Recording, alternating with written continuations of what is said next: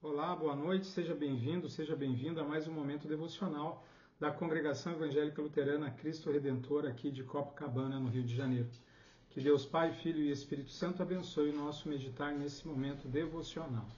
Hoje eu quero convidar você a compartilhar com você e convidar você a abrir a Bíblia no livro escrito pelo apóstolo Paulo, a carta ou a epístola de Paulo aos cristãos de Corinto, 1 Coríntios capítulo 8, versículo 1 a 13.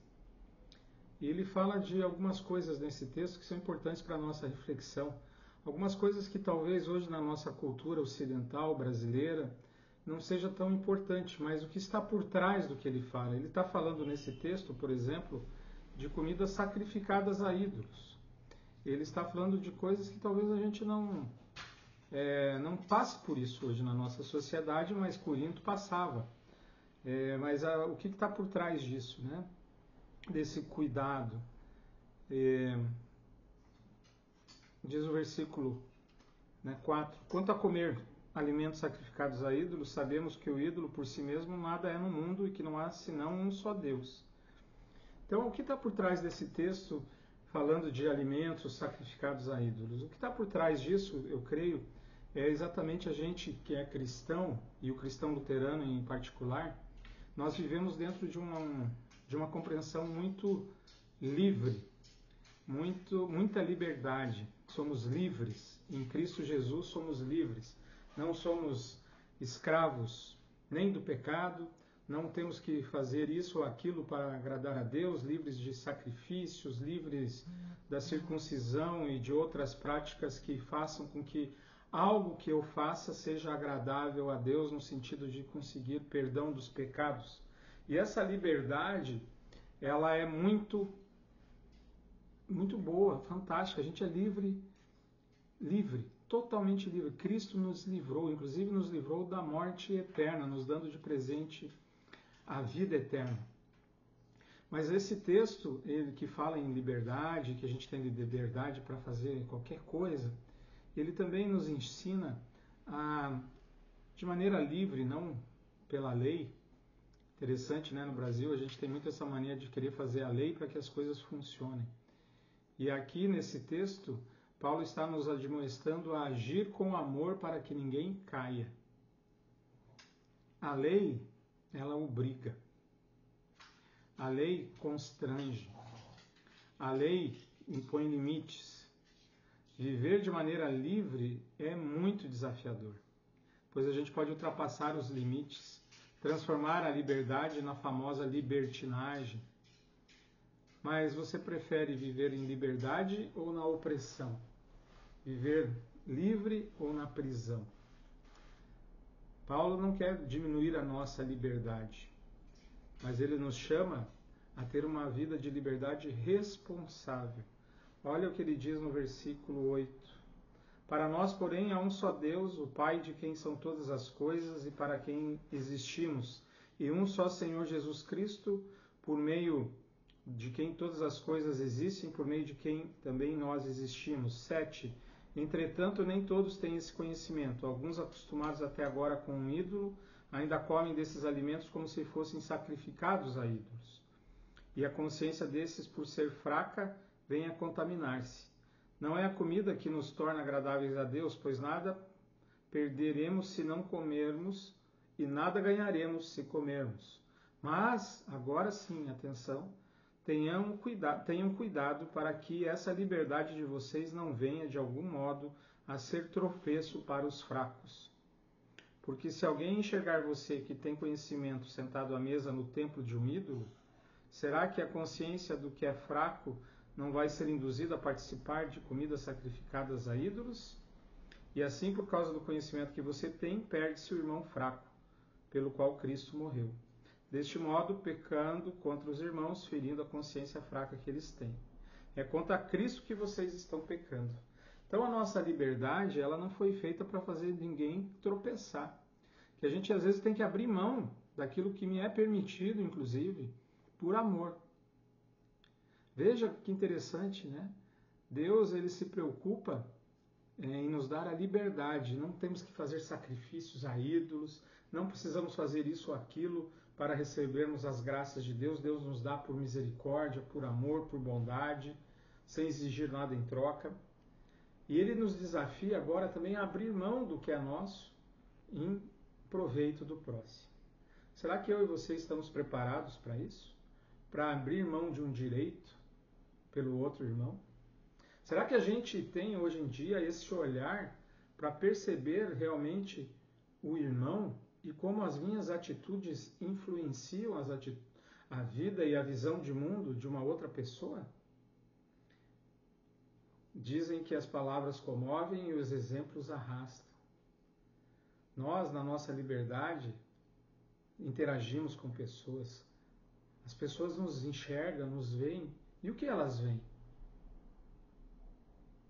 Muitas vezes nós somos considerados fortes, espiritualmente fortes.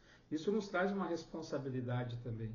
Uma responsabilidade marcada pelo amor. Eu ajo por amor, porque eu não quero que ninguém tropece. Eu não quero que por minha causa alguém se afaste de Cristo. Que alguém não creia em Cristo por minha causa. Nossas atitudes devem ser pautadas pelo amor de uns para com os outros. Jesus voluntariamente abriu mão do que era dele, os tronos, os céus, a divindade, a perfeição. Deixou-se privar da liberdade e morreu em nosso lugar. Por que ele fez isso? Porque ele era obrigado? Não, fez por amor. Deus amou o mundo de tal maneira que enviou Jesus Cristo para que morresse pelo mundo. E Jesus o fez. Abriu mão da sua perfeição, da plenitude dos céus, se fez homem, habitou entre nós, pregou, curou, ensinou, se entregou à morte, ressuscitou, tudo para o próximo, para o outro. Qual o benefício? Ele é Deus, perfeito, eterno. O que ele ganhou com isso? A nossa salvação, que para ele é muito importante.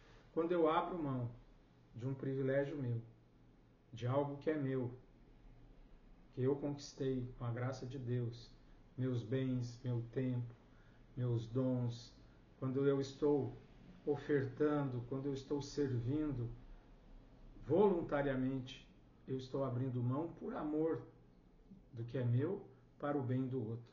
Nós ofertamos à igreja para que a igreja alcance mais pessoas.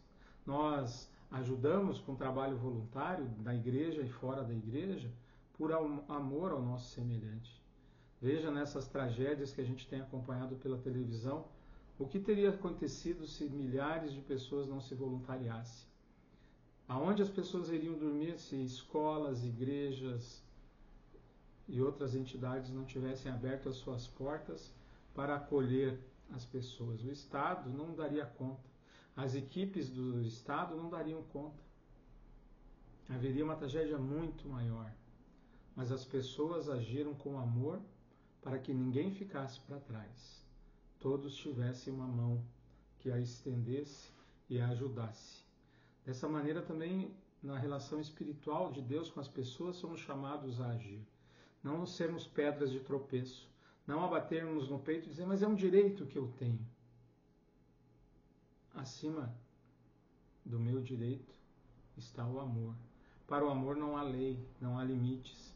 Para o amor, esse amor incondicional, a gente deixa de fazer até aquilo que nos faz bem, mas que pode ser pedra de tropeço. Pense nisso, reflita nisso. Estou agindo com amor para que ninguém caia?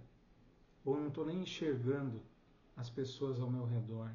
Será que eu tenho consciência que o meu exemplo pode e minhas palavras podem ou aproximar ou afastar uma pessoa de Cristo? Lembre você, quem foi usado por Deus para aproximar você do Evangelho? Eu lembro da minha família, do meu pai, da minha mãe de maneira especial, dos meus amigos da igreja, dos meus pastores. Essas pessoas foram muito importantes na minha caminhada. Nós influenciamos e somos influenciados. Se estamos aqui hoje como cristãos, alguém foi o instrumento que nos aproximou amorosamente de Deus.